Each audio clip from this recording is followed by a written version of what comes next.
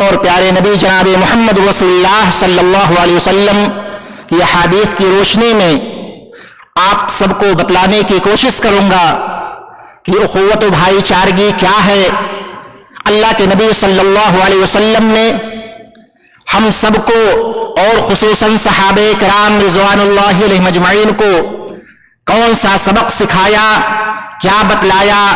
اللہ سے دعا ہے کہ رب العالمین اس موقع سے مجھے کہنے اور آپ سب کو سننے اور ہم سب کو عمل کرنے کی توفیق عطا فرمائے۔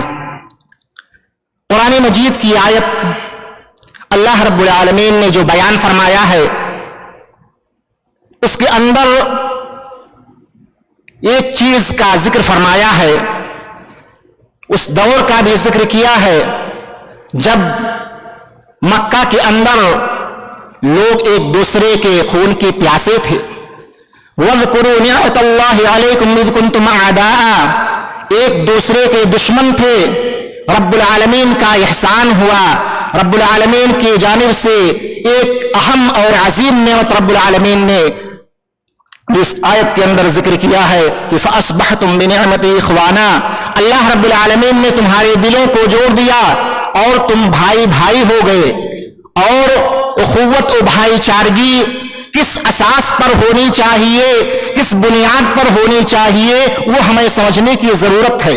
رب العالمین بیان فرما رہے ہیں فَأَصْبَحْتُمْ بِنِعْمَتِهِ إِخْوَانًا، اے نعمت الاسلام، اسلام ہی کی نعمت ایسی ہے جس کی بنا پر تم ایک دوسرے کے جو دشمن تھے، اسلام کی بدولت، اسلام کی وجہ سے تم ایک دوسرے کے بھائی بھائی ہو گئے۔